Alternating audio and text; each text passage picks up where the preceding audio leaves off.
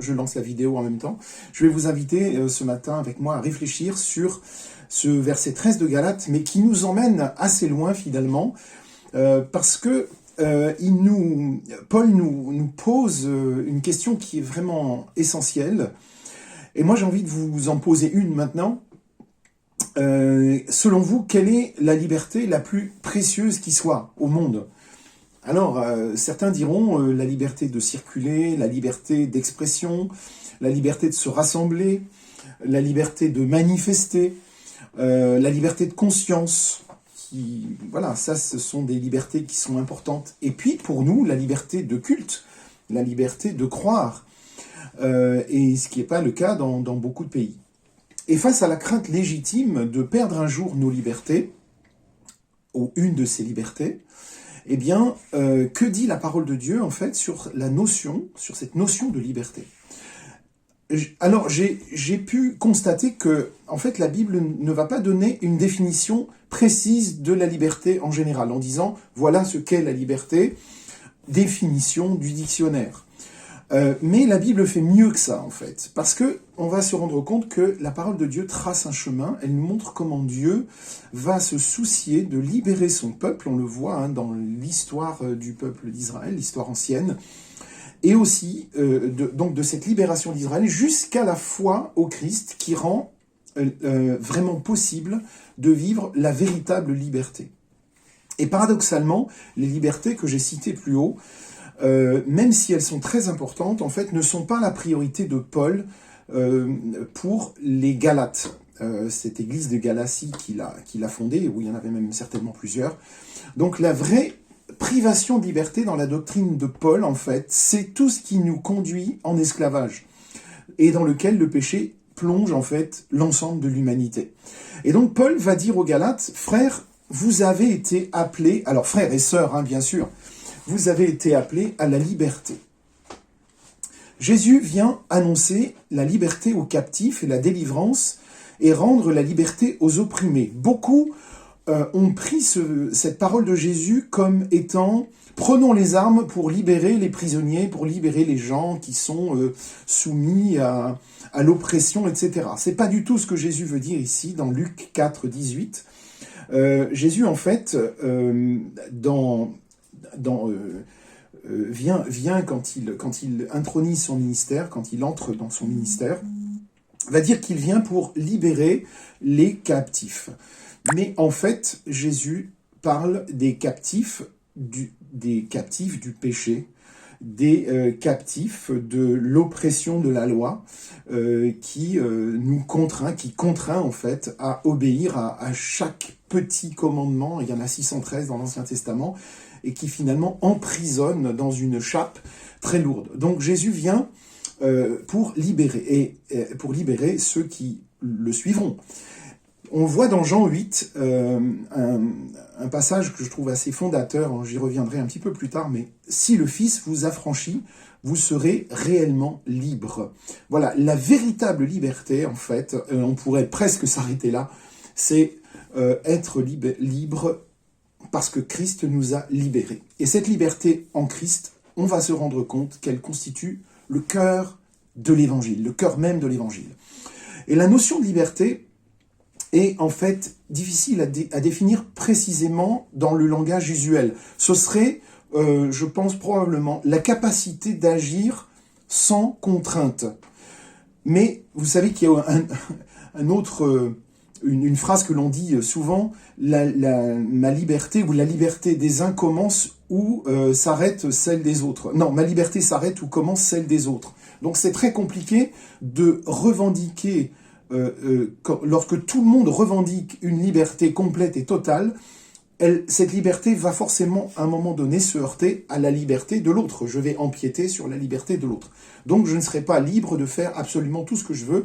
Donc déjà ça, sur un plan humain, ça n'est pas possible. Mais ce qui va retenir notre attention ce matin, mes amis, c'est la liberté dans son usage biblique.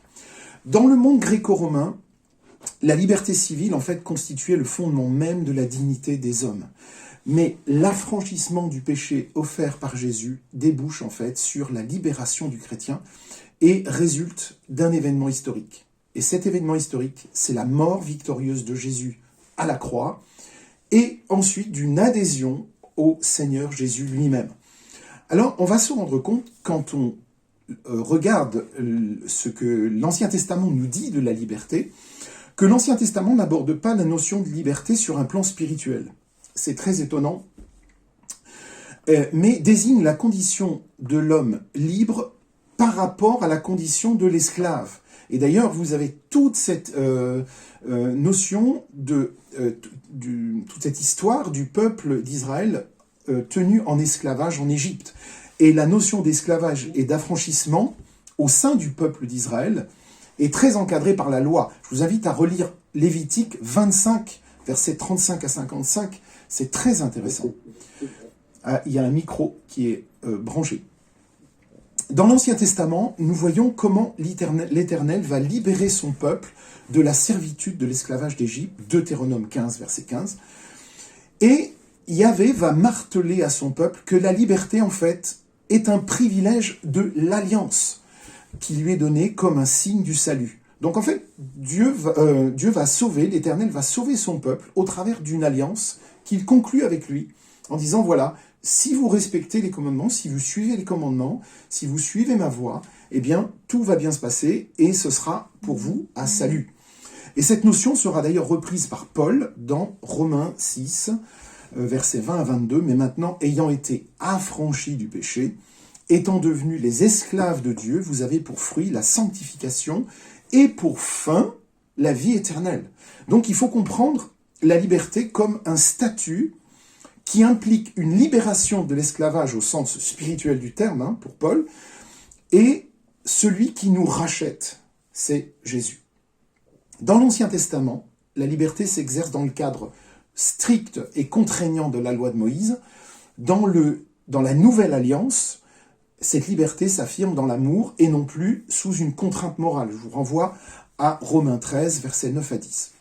Alors, nous avons ce verset qui est dans le texte qu'Héloïse nous a lu, verset 10. « L'amour ne fait pas de mal au prochain, donc l'amour est l'accomplissement de la loi. » D'ailleurs, les pharisiens vont véritablement buter sur cette notion de liberté. J'avais envie d'utiliser le mot « bugger », mais c'est pas très correct. Mais dans ce dialogue que Jésus engage avec eux dans Jean 8, Jésus leur dit: vous connaîtrez la vérité vous rendra libre. Et que disent les pharisiens à ce moment-là? Eh bien, nous sommes les descendants d'Abraham, nous n'avons jamais été les esclaves de personne. Comment peux-tu nous dire, vous deviendrez libres?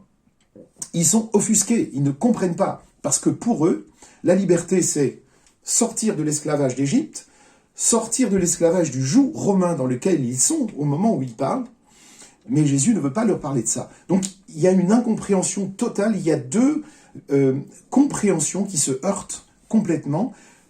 Ils ne savent pas encore que Jésus vient apporter une alliance nouvelle. Et Jésus leur répond, verset 34, « Oui, je vous le déclare, c'est la vérité, tout homme qui pêche est un esclave du péché. » Que dit Jésus aux pharisiens? Il leur dit, mais en fait, vous êtes esclaves parce que vous péchez. Et donc, vous pouvez prétendre venir d'Abraham et être libre, mais non, pas du tout. Vous êtes dans les fers du péché. Et donc, au verset 36, il martèle une nouvelle fois, « Si le Fils vous libère, vous serez alors vraiment libre. » Cette fois-ci, ce sera la vraie liberté. Donc, la liberté chrétienne, c'est une condition attachée au salut et non pas une vertu morale ou spirituelle. Et donc, quand on entend aujourd'hui des revendications de liberté, c'est très bien, c'est très louable, mais on se rend bien compte que quand on est devenu chrétien, les choses ont changé, la compréhension que nous avons de la liberté a changé. Donc l'exemple de Galates est intéressant, et ce verset 13 particulièrement. Une raison majeure pousse Paul à écrire cet épître. En fait, les Galates se sont laissés séduire par des faux docteurs, des judaïsants qui enseignaient que pour être justifiés, les païens devaient se faire circoncire pour devenir comme les juifs. Et Paul va écrire aux chrétiens de Galates un véritable plaidoyer pour la liberté en Christ, comme une antidote à la fausse liberté que l'apôtre Paul va combattre de façon assez virulente.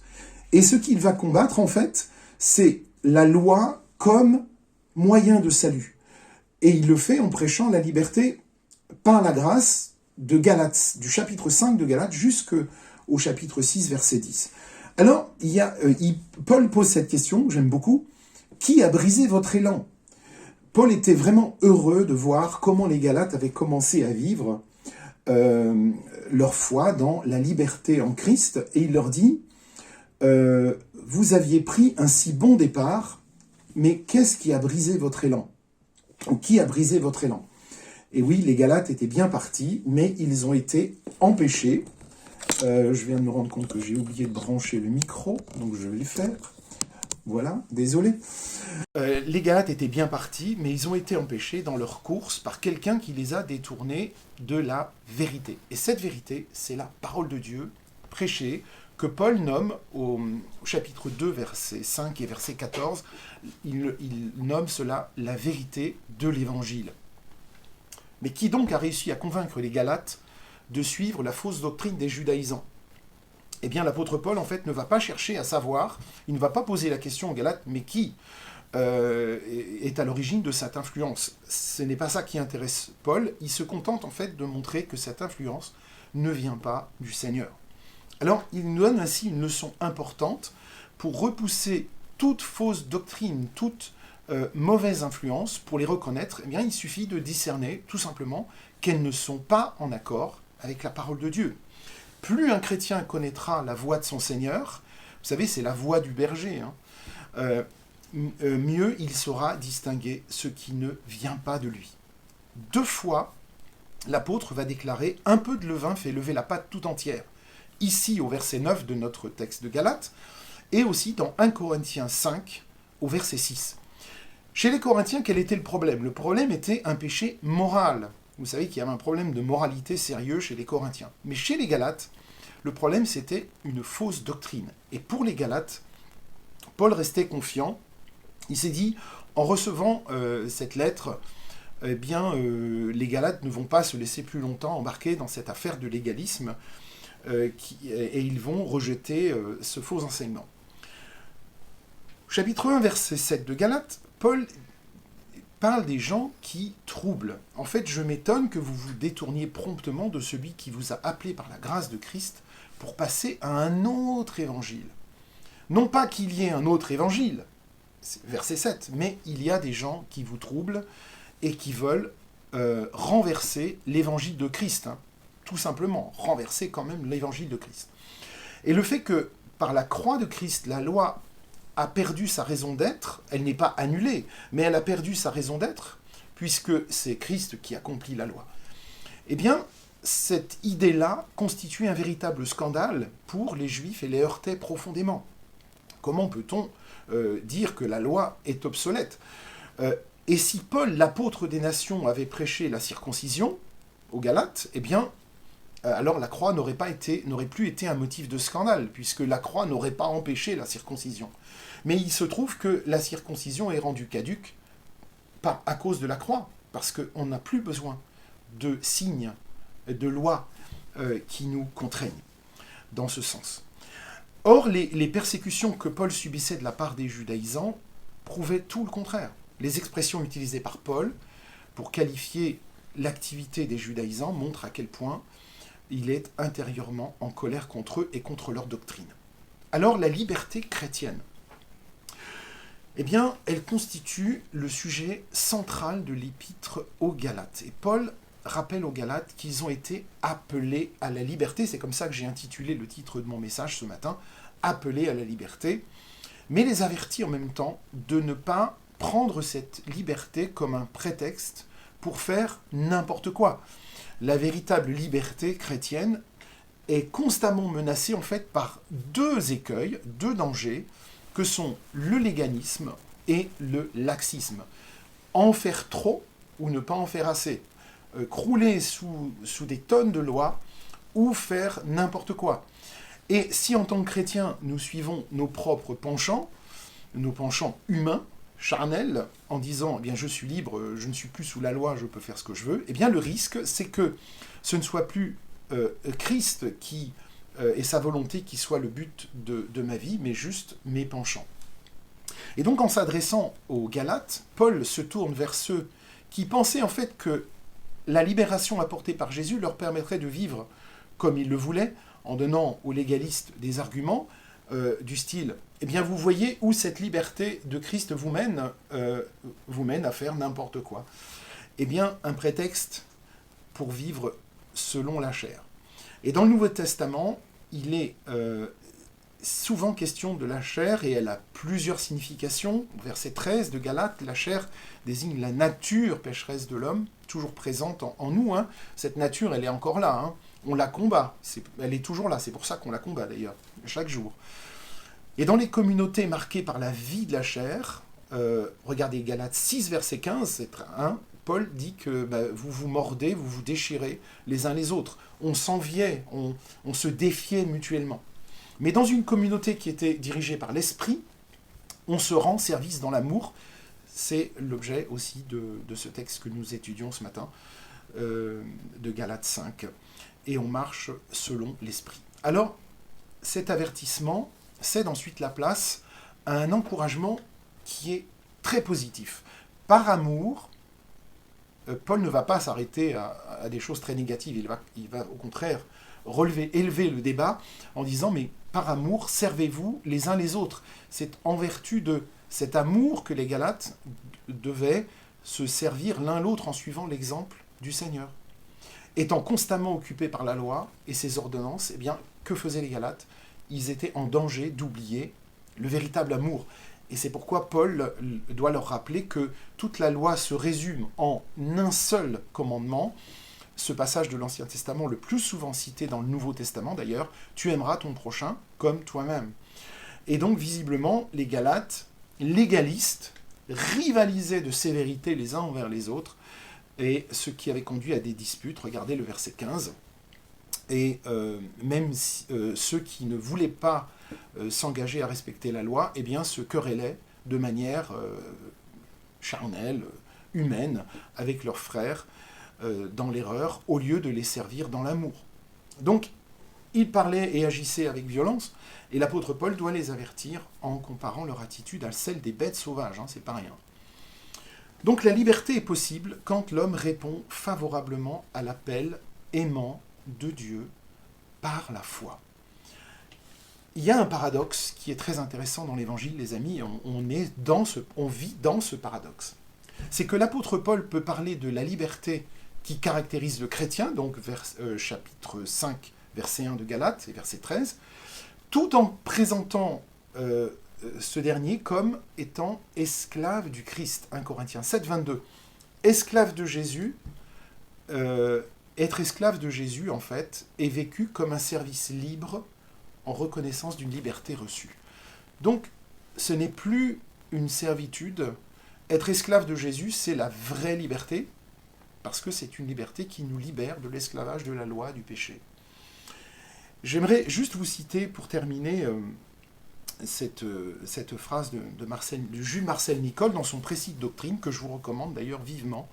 « L'obéissance du croyant s'exerce dans un climat de liberté. Nous sommes donc morts à la loi pour appartenir au Christ ressuscité. Nous accomplissons la volonté de Dieu non plus par obligation, mais par un besoin intérieur, parce que l'Esprit de Dieu, la loi, est inscrite dans nos cœurs. Par l'Esprit de Dieu, la loi est inscrite dans nos cœurs. » Donc Jérémie 31, 33. Dans Romains 6, 22, Paul nous rappelle que nous sommes libérés pour servir Dieu, pour servir la justice et pour servir les autres. Alors Paul affirme à la fois sa liberté dans Romains 9, verset 1, mais sa volonté d'être aussi l'esclave de tous. Donc mes amis, en fait, nous sommes comme Paul, et nous ne sommes pas mieux que Paul, hein, n'est-ce pas ? Nous sommes esclaves de tous. Nous sommes libres en Christ, mais libres pour le service et libres pour faire le bien. Donc voilà quelques éléments de réflexion, et bien que cette liberté nous réjouisse, nous donne beaucoup de joie et nous fasse réaliser à quel point le salut en Christ est précieux et qu'il est vraiment extraordinaire. Nous ne sommes plus esclaves, nous sommes libres en Jésus pour son service, pour être au service du Seigneur, au service des autres, et pour continuer à proclamer l'Évangile dans la liberté. Et nous prions d'ailleurs pour que cette liberté perdure, continue, pour que nous soyons libres de l'annoncer encore. Amen. Je vous invite à prier avec moi. Seigneur, merci pour ce temps ensemble ce matin. Merci pour ta parole qui est incroyable, qui nous porte, qui nous enseigne, qui nous bénit, parce que elle est bien plus qu'un guide, elle est vraiment ta parole. Et c'est au travers de cette parole que nous pouvons vivre la vie, pleinement nos vies en Jésus-Christ. Continue, Seigneur, à bénir ton Église. Continue à nous bénir les uns les autres pour ton service. Au nom de Jésus. Amen.